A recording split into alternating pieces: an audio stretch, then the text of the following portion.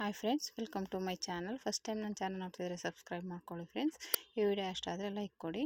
ಏನಾದ್ರು ಡೌಟ್ಸ್ ಇದ್ದರೆ ಕಮೆಂಟ್ ಮಾಡಿ. ಇದೊಂದು ಲೀಫ್ ಡಿಸೈನು. ಇದು ಸ್ಲೀವ್ಸ್ಗೆ ಜಾಸ್ತಿ ಮಾಡ್ತಾಯಿದ್ದಿದ್ದು. ನಾನು ನೆಕ್ಕಿಗೂ ಅದೇ ಡಿಸೈನ್ ಇರಲಿ ಅಂದ್ಬಿಟ್ಟು ಸೀರೆಯಲ್ಲಿ ಸ್ವಲ್ಪ ಈ ರೀತಿ ಪೀಸ್ ಕಟ್ ಮಾಡ್ಕೊಂಬಿಟ್ಟು ಅದನ್ನು ಸ್ವಲ್ಪ ಚಿಕ್ಕದಾಗಿ ಪೀಸ್ ಕಟ್ ಮಾಡಿಕೊಂಡು ಅದನ್ನ ಈ ರೀತಿ ಫೋಲ್ಡ್ ಮಾಡಿ, ಅಂದರೆ ಮೂಲೆ ಥರ ಬರಬೇಕು. ಅದು ಎರಡು ಸಲ ಫೋಲ್ಡ್ ಮಾಡಬೇಕು. ಮೂಲೆಯಲ್ಲಿ ಮಡಚಿ ತಿರ್ಗಿ ಅದನ್ನು ಇನ್ನೊಂದು ಮೂಲೆ ಮಡಚಿದ್ರೆ ನಮ್ಗೆ ಈ ಡಿಸೈನ್ನ ಸ್ಟಿಚ್ ಮಾಡ್ಕೋಬೇಕು. ಫಸ್ಟ್ ಆ ಥರ ಫೋಲ್ಡ್ ಮಾಡಿ ಎಲ್ಲನೂ ಸ್ಟಿಚ್ ಮಾಡಿ ಇಟ್ಕೋಬೇಕು.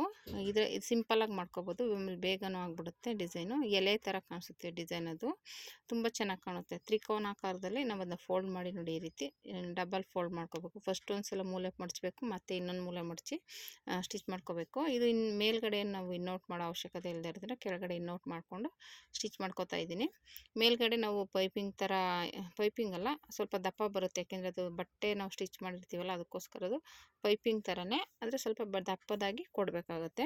ಯಾಕೆಂದರೆ ಪೀಸ್ ಎಲ್ಲ ಜಾಯಿಂಟ್ ಮಾಡಿರ್ತೀವಲ್ಲ, ಅದು ದಪ್ಪ ಬಟ್ಟೆ ಇರುತ್ತೆ, ಸಣ್ಣದಾಗಿ ಪೈಪಿಂಗ್ ಬರೋಲ್ಲ. ಸುಮ್ಮನೆ ಫೋಲ್ಡ್ ಮಾಡಿ ಅದು ಕವರ್ ಆಗೋ ಥರ ಸ್ಟಿಚ್ ಮಾಡ್ಕೋಬೇಕಾಗುತ್ತೆ.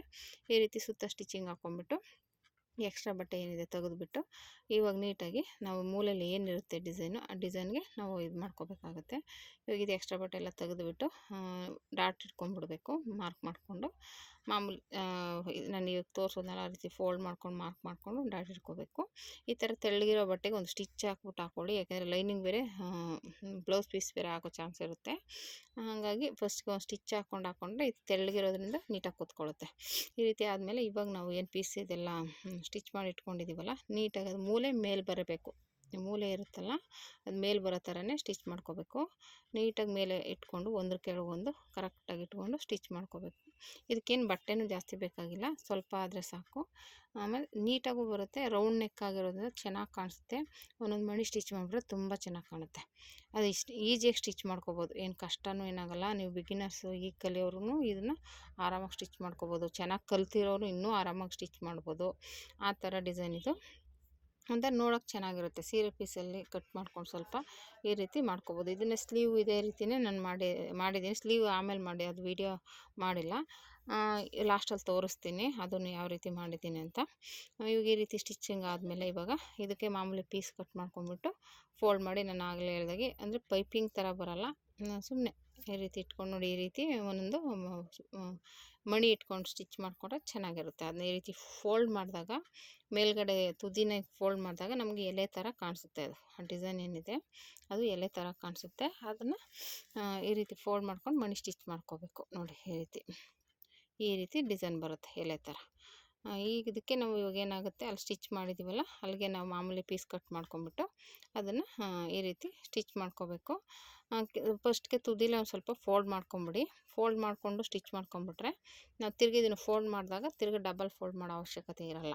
ಒಂದು ಸಲ ಫೋಲ್ಡ್ ಮಾಡಿ ಸ್ಟಿಚ್ ಮಾಡಿಕೊಂಡ್ರೆ, ಇವಾಗ ನಾವು ಅದು ಮಾಮೂಲಿ ಹಿಂಗೆ ಸ್ಟಿಚ್ ಮಾಡ್ಕೊಂಬಿಟ್ರೆ ಆಗುತ್ತೆ. ನ್ಯಾಚ್ ಹಾಕ್ಬಿಟ್ಟು ಇವಾಗ ಅದನ್ನು ಮಾಮೂಲಿ ತಿರುಗಿಸ್ಬಿಟ್ಟು ಪೈಪಿಂಗ್ ಥರನೂ ಡಬಲ್ ಫೋಲ್ಡ್ ಮಾಡೋಷ್ಟಿಲ್ಲ. ಇವಾಗ ಒಂದು ಸಲ ಸ್ಟಿಚ್ ಮಾಡಿಕೊಂಡು ಮತ್ತೆ ಅದನ್ನು ಡಬಲ್ ಫೋಲ್ಡ್ ಮಾಡಿ ಸ್ಟಿಚ್ ಮಾಡೋದು ಅಷ್ಟೇ.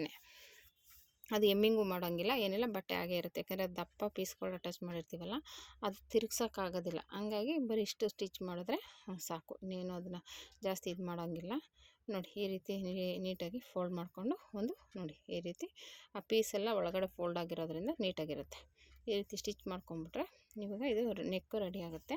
ಇದಕ್ಕೆ ಒಂದೊಂದು ಮಣಿ ಸ್ಟಿಚ್ ಮಾಡ್ಕೊಂಬಿಟ್ರೆ ಚೆನ್ನಾಗಿರುತ್ತೆ. ಈ ರೀತಿ ಟ್ರೈ ಮಾಡಿ, ಹೇಗೆ ಬಂತು ಅಂತ ಕಮೆಂಟ್ ಮಾಡಿ. ತುಂಬ ಚೆನ್ನಾಗಿರುತ್ತೆ, ಸಿಂಪಲ್ಲಾಗಿರುತ್ತೆ ನೋಡೋಕ್ಕೆ ಡಿಸೈನು, ಆದರೂ ನೋಡೋಕ್ಕೆ ಚೆನ್ನಾಗಿ ಕಾಣಿಸುತ್ತೆ. ಈ ರೀತಿ ಇಟ್ಕೊಂಡು ಒಂದೊಂದು ಮಣಿನ ಸ್ಟಿಚ್ ಮಾಡ್ಕೋಬೇಕು. ಈ ರೀತಿ ಸ್ಲೀವ್ಸ್ಗೂ ಅಷ್ಟೇ ನಾನು ಅದೇ ರೀತಿ ಮಾಡಿದ್ದೀನಿ, ಆದರೆ ಅದು ವೀಡಿಯೋ ಹಾಕಿಲ್ಲ.